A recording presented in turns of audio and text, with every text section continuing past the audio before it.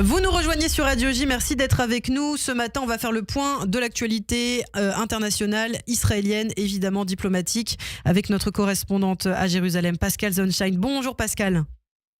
Bonjour Ilana. Alors une rencontre attendue, très commentée, capitale, vous nous disiez cette semaine Pascal, la rencontre entre Benjamin Netanyahou et Donald Trump hier à la Maison Blanche.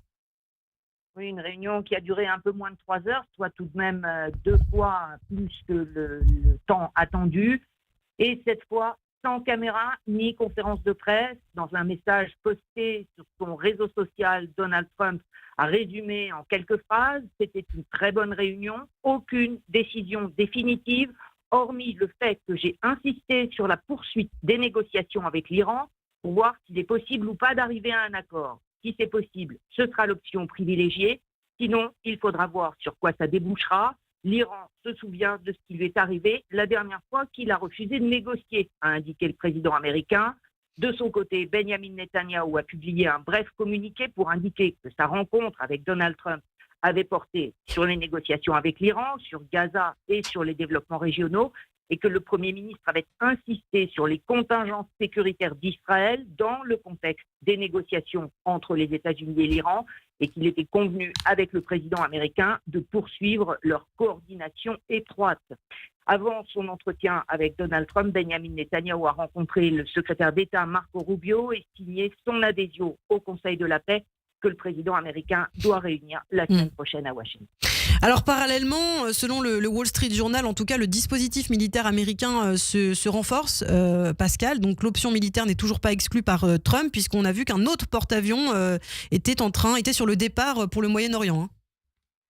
En tout cas, apparemment, d'après les informations du Wall Street Journal, le Pentagone a donné ordre au porte-avions Bush de se tenir prêt à mettre le cap sur le golfe Persique. Pour l'instant, il croise au large de la côte est des États-Unis, ce qui veut dire qu'il lui faudrait encore 2 semaines pour arriver à destination à partir du moment où, évidemment, l'ordre de départ sera donné. Ce qui veut donc dire, bien évidemment, que les États-Unis n'abandonnent pas l'option militaire.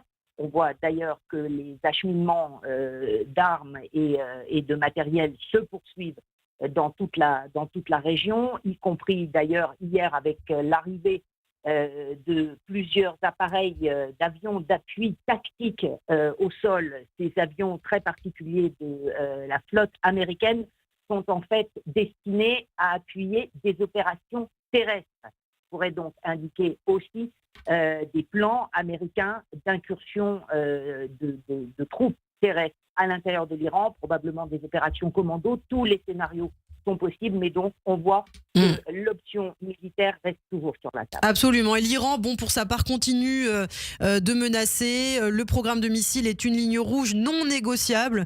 C'est ce qu'a dit le conseiller du régime. On a l'impression qu'il faut faire la différence entre ce qu'ils disent en public et ce qui se joue réellement en privé, Pascal, avec l'Iran. Évidemment. On sait que tout cela se passe à différents niveaux. Il y a les messages qui sont adressés publiquement, notamment aussi à la population iranienne. Hier, d'ailleurs, le régime des mollahs marquait le 47e anniversaire de la révolution islamique, donc avec déploiement de force, avec des manifestations pro-régime dans les rues. Donc il est très important évidemment pour l'Iran de montrer que le régime reste solide sur ses fondations. Abbas Araghchi, par le ministre iranien des Affaires étrangères, répète qu'il n'y aura d'accord que sur le nucléaire et à condition que cet accord soit équitable. On sait que les Iraniens refusent de renoncer à l'enrichissement d'uranium. Et puis, différents médias officiels iraniens, hier, à la suite de la rencontre entre Donald Trump et Benjamin Netanyahou, ont estimé que la tentative d'Israël de torpiller les négociations avait échoué. Donc, ce qui signifie, à contrario, que les Iraniens restent toujours disposés à continuer à négocier avec les États-Unis, même s'il n'y a toujours pas de nouvelle date fixée pour une seconde rencontre entre les délégations américaines et iraniennes. Alors on parle aussi ce matin de la situation en Judée-Samarie. Il y a ces nouvelles mesures notamment qui ont été prises pour étendre la souveraineté israélienne dans la région. Mais il y a aussi cette menace terroriste. Hier on l'a appris, une tentative d'attaque combinée à la voiture bélier et au couteau. Est-ce qu'on peut d'abord faire le point de la situation sécuritaire puis parler ensuite de la situation politique ? Alors, en ce qui concerne la situation sécuritaire, oui, les forces de défense israéliennes poursuivent sans interruption leurs opérations préventives en Judée-Samarie pour démanteler des réseaux, des cellules terroristes, saisir des caches d'armes. Donc, on l'a vu encore, des cellules terroristes démantelées par Tsahal et par le Shin Bet depuis le début de la semaine. Des opérations qui continuent aussi d'ailleurs dans la bande de Gaza, puisque Tsahal a confirmé hier l'élimination ciblée ces derniers jours de 2 terroristes du Hamas, un responsable de l'unité de sniper de l'organisation, responsable de la mort de 7 soldats de Tsahal l'an dernier, et un second terroriste éliminé qui lui était l'auteur d'un double attentat en 2004 à Beersheva qui avait fait 16 victimes. Il avait été relâché contre la libération du soldat Gilad Shalit en 2011 et donc repris évidemment du service terroriste dans les rangs du Hamas.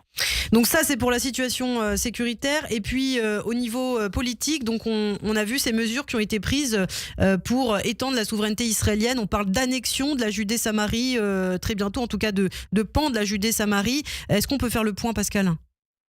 Alors il ne s'agit pas à proprement parler d'une mesure d'annexion, même si une loi, un texte déclaratif avait été voté par la Knesset à l'automne dernier, juste d'ailleurs au moment de la visite du vice-président des États-Unis, J.D. Vance, qui avait donné lieu à une friction diplomatique, mais là il s'agissait donc d'une déclaration. En ce qui concerne les mesures prises par le cabinet de sécurité en début de semaine, il s'agit d'étendre les compétences de l'administration civile à la répression d'un certain nombre d'infractions dans les territoires sous contrôle palestinien, c'est-à-dire en zone A et B, en ce qui concerne les infractions sur l'eau, sur l'environnement notamment, aussi sur la construction. Donc là, une intervention israélienne qui se renforce dans les territoires où c'est l'autorité palestinienne qui est censée gouverner, qui évidemment a suscité de nombreuses condamnations internationales et aussi un rappel à l'ordre de la part des États-Unis. Donald Trump qui répète qu'il ne veut pas entendre parler d'annexion israélienne en Judée-Samarie, surtout au moment où il y a d'autres dossiers brûlants au Proche-Orient qu'il faut évidemment traiter en priorité. Très très rapidement, Pascal, on dit que le désarmement du Hamas va commencer le mois prochain, en mars. C'est ce qu'a dit un responsable américain au site Ynet. C'est ce qui va se passer là dans les prochains jours. C'est le but à Gaza. C'est le but à Gaza. Pour l'instant, Israël reste sur sa position. Aucun autre redéploiement de Tsahal, aucun autre retrait des troupes israéliennes de la bande de Gaza tant que le Hamas n'aura pas été totalement désarmé et la bande de Gaza démilitarisée. Eh bien, merci beaucoup. Merci Pascal pour ces infos. Rendez-vous